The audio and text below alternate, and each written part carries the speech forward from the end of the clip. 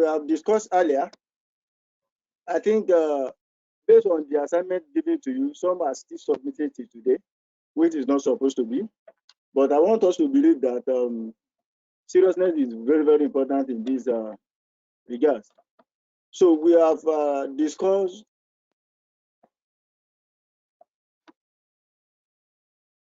the contents to chapter,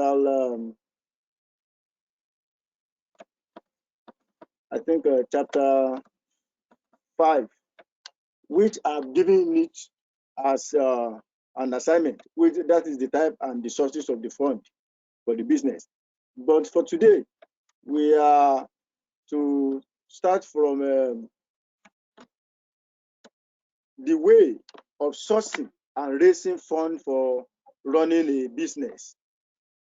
Now, for every steps in an organization and development of a business enterprise, every manufacturing or service operations, and every marketing activities require the use of funds in one way or the other.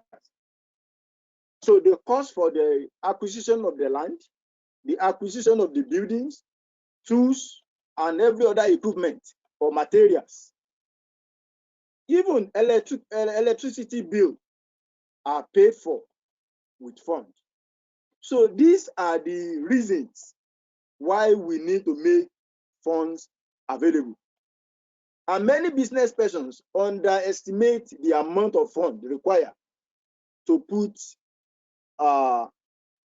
into the business on a profitable basis.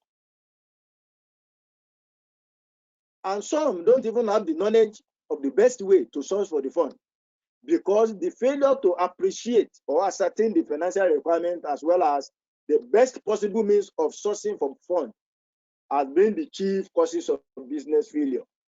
So that is why majority of the people fail in their business. So needs for funds in the business enterprise.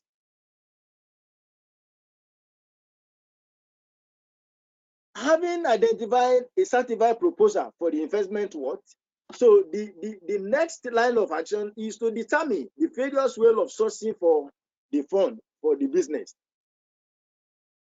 So this is also called an anchor on the fact that excess fund raised will lead to the capital asset. And in this regard, it is not unlikely that some of the assets will be idle or suffocations of working capital operations. So the knowledge of source of fund, its cost and implications becomes paramount to business individual in this millennium. So we have classifications of the fund sourcing. We have traditional source, and under the traditional source, we can now see the self-financing. That is the only, when we are talking of the self-financing, is the only original source of financing that comes out as a result of personal savings. And the owner can finance it himself or by herself through savings, either daily, monthly, or yearly, that has been put in place, or other available personal resources. So he may invest through the purchase of the shares, of course, or the ventures with the past savings he has made. So we have people to people's lending. Why borrowing from friends and family for business has been a long practice. So new service and the market to respond to the needs of social with finance or people to people lending are also emerging as a result of that. So in some cases, the online service provides a marketable place between the lender and the borrower. Are we getting it now? So in this case, we discover that people borrow money from another person so as to make sure that they are able to what? To invest such a money into the business. Then another one is grant. Or in a certain circumstances, for small business in the specific enterprises and niche, source of fund may be available from the government and or private source in form of grant, like unique foundations under which JPTS is operating that do give grants to the people. So, and unlike a loan that is refundable, so these funds are typically not payback to the source. So the grant comes with requirement attached. So it may be in such a way that, okay, if you have 2 acres of land, if you have subscribed for poultry farming, so they will tell you if you have 2 acres of land and so percentage of properties or equipment, so you'll be given so millions of naira to put into such a business. So that is a grant, and such a grant is not repayable. That is, one is not going to pay it back. So this requirement can now range from the result, report, or specific products or services.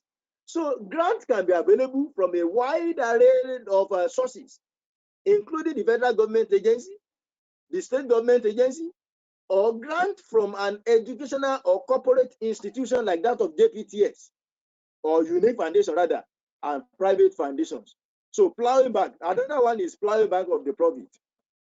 When we talk of the plowing back, according to Jane of 1999, he said, is the process of creating corporate savings, and their utilization in the business is technically called plowing back of the profit.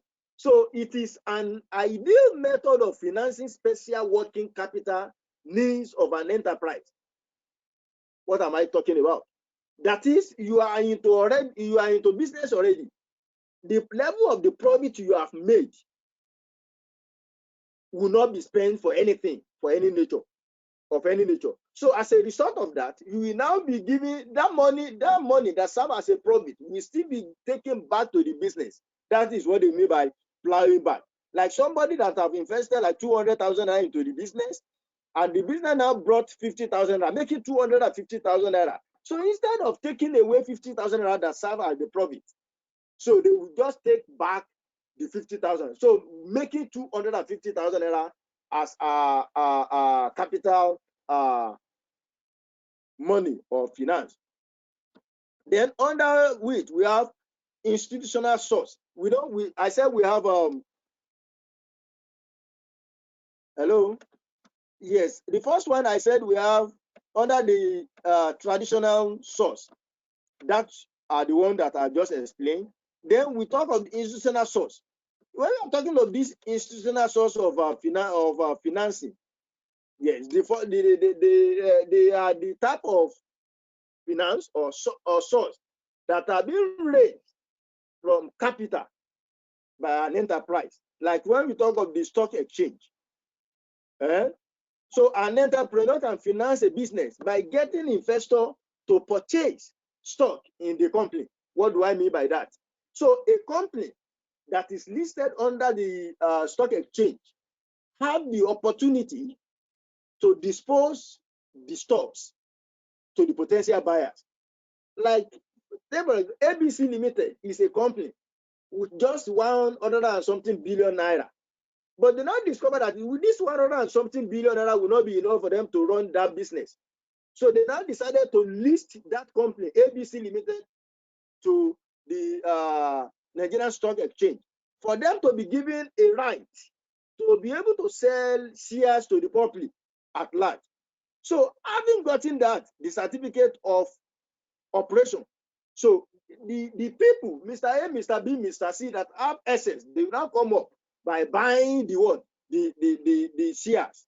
So having purchased the shares, whatever amount of money that is accrued to the unit of share they have gotten, they have purchased, will now be added to the capital of the company. I think I'm communicating. So all the investors should be aware of the risk involved when one invests in the startup business. Another one is bank loan.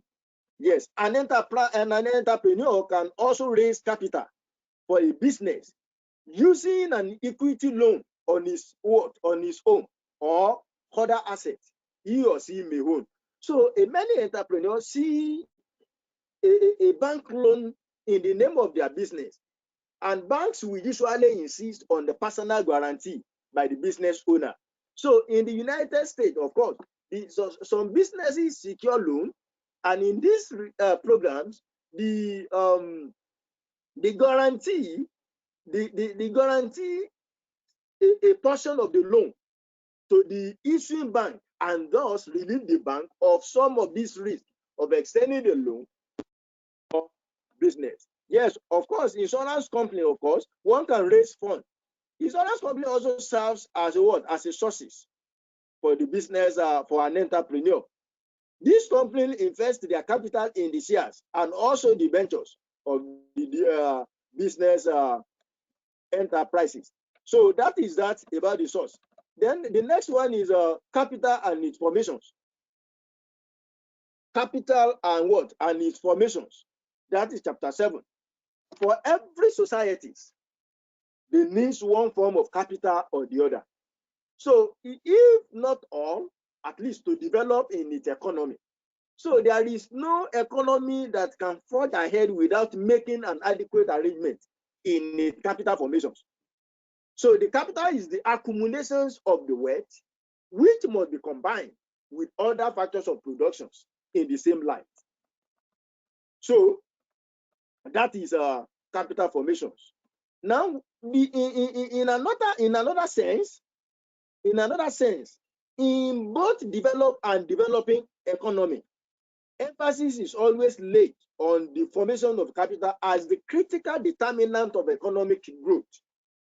So there is no society that directs our whole resources into the productive sector, but however, part of it directed to the formation of capital of good, formation of capital goods rather, which will further channel into the further productions. So these capital goods include the tools, the machines, as I've explained to you earlier, the plant and the equipment. It means that business has to postpone or defer our present consumption in favor of the accumulation of the capital, so as to further increase or expand our consumable goods in future, such that our income increase. Yes, what are the main importance of capital formations? When we are talking of the importance of capital formations, is one of the most important and the principal factors in economic development. And most economists believe that the vicious circle of the poverty can be broken with the formation of capital. So this is the belief that the formation of capital leads to full utilization of available resources. It is also increasing the output, income, and employment, which will solve the problems of inflation's balance of payment deficit. And it also relieves a country of burden of foreign debt. If there is very good formation of capital, the foreign debt will not be there, or it will be reduced. And at the same time, a better domestic commerce. These indices are blocked to any reasonable business that can be embarked upon domestically. So therefore, the formation of the capital build up capital equipment in almost all, if not all, sectors of the economy that raises the domestic savings and investment capacity. So of both buyers and the seller of the goods. So the sources of capital formations. If you are talking of the sources of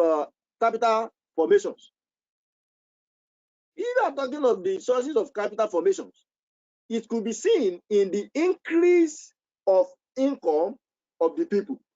And it can be done by capacity utilizations of the resources, like I said the other time, of the societies of the country in an efficient manner by utilizing unused resources productively through increase in the divisions of labor and perpetuations of income inequality in most of these countries, particularly developing countries like ours. So the mass of the people have low income and their marginal propensity to save is very low. So all this one, they are all the sources of capital formations. Yes. And I want us to look at some factors, because the capital structure is the breaking down of companies' capital formations. And the capital structure of a firm can be purely equity financed or various combinations of both the debt and equity financing. But every time the company wants to expand, every time the company wants to expand or grow, more finances are required. So there is always a problem in deciding the suitable source of financing. But when making this decision, there are certain factors that has to be considered. So if you want to consider, if you want to go into the source, which source will I be choosing so as to finance the business? There are certain conditions that has to be put in place, or factors. So number one is the ratio of the debt to equity. That is, when the debt and the preference shares are used as the main source of finance, then it is called trading on equity. Under this case, so an enterprise earn a higher rate of return on capital employed than the rate of interest payable on the borrowed money. So, however, it can be done, and the company has to weigh their options as to the ratio of the debt to the equity they want to maintain. Then number two is the what? Is the nature of the business. Is another factor that has to be considered before you choose the type of capital structure you want to, formation you want to use or apply. So when we talk of the nature of the business, this involves in the play a major role in the type of capital structure that one to opt for. Then the size of the business also. So when we are talking of the size of the business as a determinant, the capital structure that the company will favor, that will favor the company rather, a large company is more likely to favor a higher debt to equity ratio, as they will have the confidence that they can meet up with repayment expectations. Are we getting it? Then the next one is that of the period of financing or finance. When we talk of the period of finance, the repayment period of the finance can either be short term, long term, or medium term. So these terms describe the period at which the finance is available and how soon the company will be required to pay back. Are we getting it? So in that case, we need to look at this factor rather. Then the cost of capital also, the cost of capital.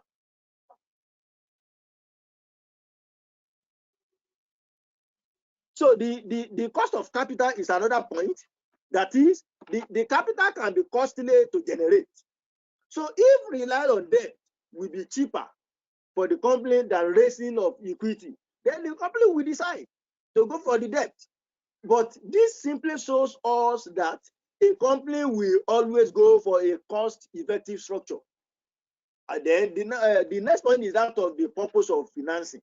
Why do we want to finance? So a company always has different projects, of course. So if you want to go for capital structure or formations, you need to look at the purpose of financing. So that is main reason why some of these companies always like to know the type or the purpose of business you want to go for. Are we getting it? So that is that on that. Then we are moving to the type of capital: fixed or circulated working capital. Yes, the appetite of every organization for the capital is understanding the nature of the capital. When I'm talking of the nature of capital, and it is how it is also effective in allocations, it is very essential to all the organizational sources. So if challenged about the prime motive of the profit maximizations, most business people look dumbfounded and saying it has always been that way. But business, as we know today, is only 200 years old. But today, capitalism was conceived by a small handful of 18th Enlightenment philosophers. So Now, what do we understand by management of the fixed capital? Okay, there is capital, as we have said, but there is also fixed. So it is said that the fixed asset constitute the fixed capital. And when we are talking of the fixed assets, they are all the assets that are belongs to the business entity, either the land, plant, machineries, among the others. So they are otherwise called permanent asset or fixed assets, which are not convertible into cash within 1 year. So they fall within the area of fixed capital or capital budgeting. So the fixed capital management is concerned with the problem that arises in an attempt to manage the tied fixed asset. Yes, what are the objectives of fixed capital management? Why do we need to manage fixed capital? So the goal, if fixed capital management, is to challenge the firm fixed asset in such a way that the satisfactory level of the fixed capital is maintained, then the fixed capital should be enough to ensure margin of safety. Then the second objective is that each of the fixed assets, either long-term asset, must be managed efficiently in order to avoid overtrading. And each of the long-term source of finance must be continuously managed to ensure that they are obtained and used in the best possible manner, since a lot of cost is involved in its acquisitions. So that is, then what is the meaning and classification of working capital? When we are talking of the working capital, yes, working capital represents the part of the part of capital that is invested in current asset, like stock of raw materials or unused goods or receivables or account receivable, and or for meeting current expenses like wages and salaries, rent, among the rest. So there are two concepts of working capital. We have the gross and the net. When we are talking of the gross, is referred to as working capital, which means the total current asset. That is the term net net working capital. The way we are talking of that of a net working capital, it differentiates between the current asset and what? And the current liabilities. And at the same time, the position of a current asset, which is current with the long-term fund. Now, there is what we call permanent or fixed working capital. So as the word depicts, is that part of the capital that is permanently locked up in the circulations of current assets.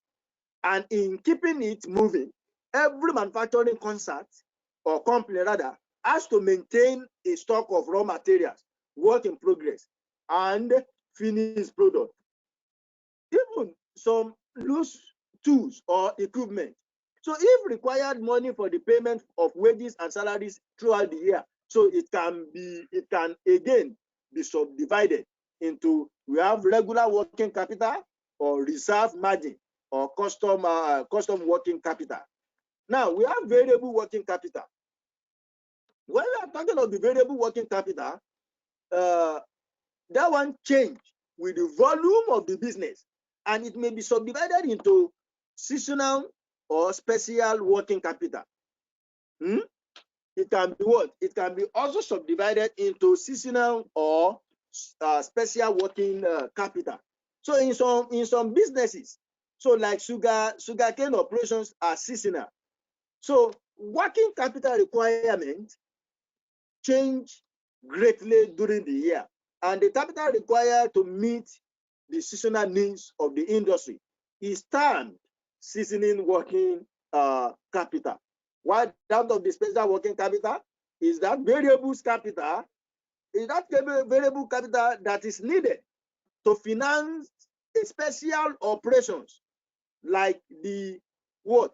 Like the inaugurations of extensive marketing, campaign experiment with product and or method of distribution, which carrying a special job or a similar other operations that are outside the usual business of buying, fabricating, or setting. There are some factors that can affect working capital requirement. So there are some capital or factor rather that affect working capital requirement. As I've earlier mentioned it, sufficient of working capital is needed for the management of the business, but too much capital is not beneficial to any enterprise. As much as possible in the enterprise should strive toward achieving a commensurate working capital. So there are no set rule or formula to determine the working capital requirement. So the following factors influences the working capital requirement of the firm. One, nature of the business, as I've explained other time, is also a determinant of or determinant factor of working capital. Then the sales and the demand conditions. When we are talking of this, the availability of hands or ink rather, or type of product, or the sales environment will determine the extent of the working capital requirement. So the classes of customers, the price and the qualities of the products determines the level of the sales and therefore the amount of the investment in the finished product and debtors. So the product also have high degree of seasoning variability. That is when we talk of e.g. like household products are sold purely on cash basis, depending on the demands on the for the product. Then manufacturing process also is another determinant.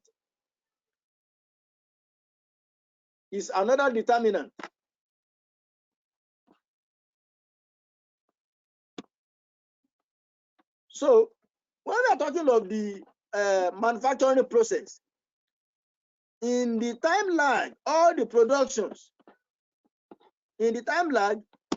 productions from input of raw materials to the finished goods also affect the requirement for working capital.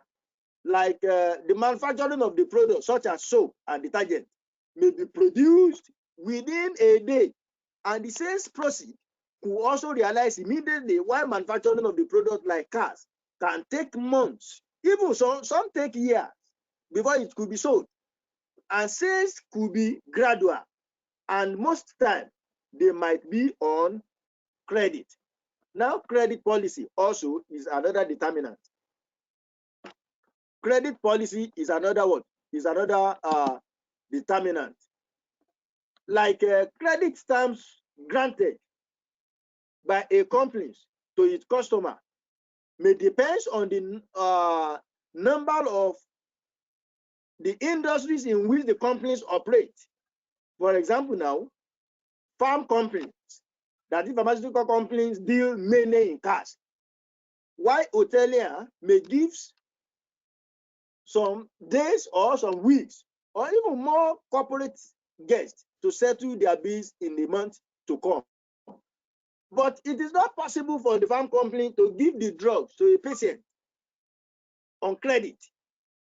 So if such a patient is given a drug on credit, now let us now imagine if the patient dies, who will pay back? So those are the conditions or the factors.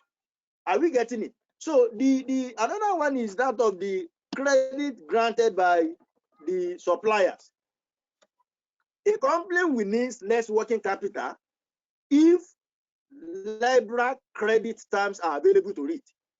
Just for example, now a company that enjoys less credit period that it gives its customer will have high need for short-term fund than a firm which employs greater credit period from its suppliers than it gives it to the customer. So the availability of the credit from the bank also influences the working capital requirement. Like a firm that can get bank credit easily on favorable conditions will operate with less working capital than firm without such facility. What are the differences between the fixed working capital and the distinctions, that is the difference between the fixed capitals and working capital, right? So the capital invested to fixed asset is always referred to as fixed capital, as I said the other time. And the capital invested in the current asset is also termed as current capital.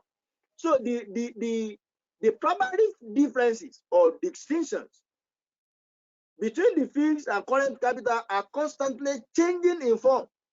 According to this man Jane of Nigeria, there are 2 points of differences between both the fixed capitals and the current capital. The difference number one is this. It is the difference is one, when we talk of the durability of their economic life, as stated earlier, rather, the fixed asset or the fixed capital have their life for more than 1 year. Moreover, they are not convertible into cash within 1 year. I think you can see the difference now. And at the same time, the second difference is regarding divisibility. So investment in the fixed asset is more divisible than investment in the current asset is more divisible than that of the fixed asset by and large. So investment in the fixed asset enhance the future earning capacity and improve the growth prospect of the business investment. So it is important to ascertain the feasibility of the feasibility of the project and to evaluate its benefit. How do we measure the capital? That is the measurement of capital. According to the theory of capital, so capital is the one of the most difficult and contentious areas of economy. And the theory from the Karl Marx to the Cambridge controversies, there has been ongoing disagreement among the economists as to what capital is and how it should be how it should be measured. But economists, they have the various defined or definitions of capital as congealed labor or deterred consumptions. And there is also a kind of disagreement about whether the capital can be aggregated into the single measurement or measures. And even within the relatively hospitable confine of neoclassical theory. Are you getting it? So we have an applied capital theory that goes in support of the measurement of the capital. And 2 aspects of the capital, including the human capital that differentiates it from that of the primary input like labor capital in the produce means of productions. So the capital is durable. And the first aspect is that the primary source of the Cambridge controversies in the pure theory. The theory says that the author causes much of the difficulties in measuring the capital durability, meaning that a capital growth is productive for 2 or more time period. And also terms implies that the distinctions must be made between the value of using or renting in a year and the value of funds. So that is then why do we need to measure the capital? That is, need to measure the capital. When we are talking of the need to measure the capital, a company that is not making optimum use of its resources is either overcapitalized or undertrading.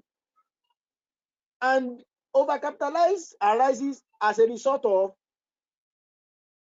the fact that a company tries to conduct a volume of trade over and above that for which it is financially equipped. So, and on the other hand, undercapitalizations occurs when a company manages its capital inefficiently, so that there are excessive stock, debtors, and cash, or very few creditors. So there will be an over-investment by company in the capital asset.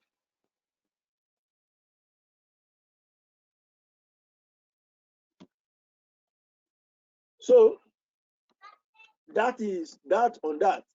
And I want to say this because in view of the above, that is the need for capital measurement, it is become necessary to measure the capital required by an organizations due to the following reasons. One, let us quickly rush down to it. To avoid too much investment in the fixed about the company's requirement, and to check incidence of high investment in current assets such as stock and the debt. Then at the same time, to avoid fall in the profit margin, then to avoid underutilized of the capital employed, and to improve the returns on capital employed. Now, I want you to take this assignment down. Take this assignment. There are some tools that can be used, or ways, list and discuss the ways of measuring capital as it is. So discuss the way of measuring capital, as simple as that. That is question number one. Then question number two, or assignment number two, what are the nature of the resources acquisitions and its uses? What are the nature of resources acquisitions and its uses? So those are the two assignments I would like you to submit or not before the next class. I think we'll be having the next class by May 5, the same time, the same hour. So the next class will be 12, the same time and the same hour. So in a short form, and for your information, I want to tell you some still submitted their last assignment today. So that will not be tolerated at all in any way. So if you believe you have submitted your assignment, anyway, I will take those ones. Even for those people that submitted today, I will take it. But subsequently, with this one I give is given to you now, I want you people to submit on or before next class, and it will not be tolerated if it is being submitted after the class for today. So that is all what we are to discuss today. So thank you very much for your listening here, and I want to appreciate you all. So thank you.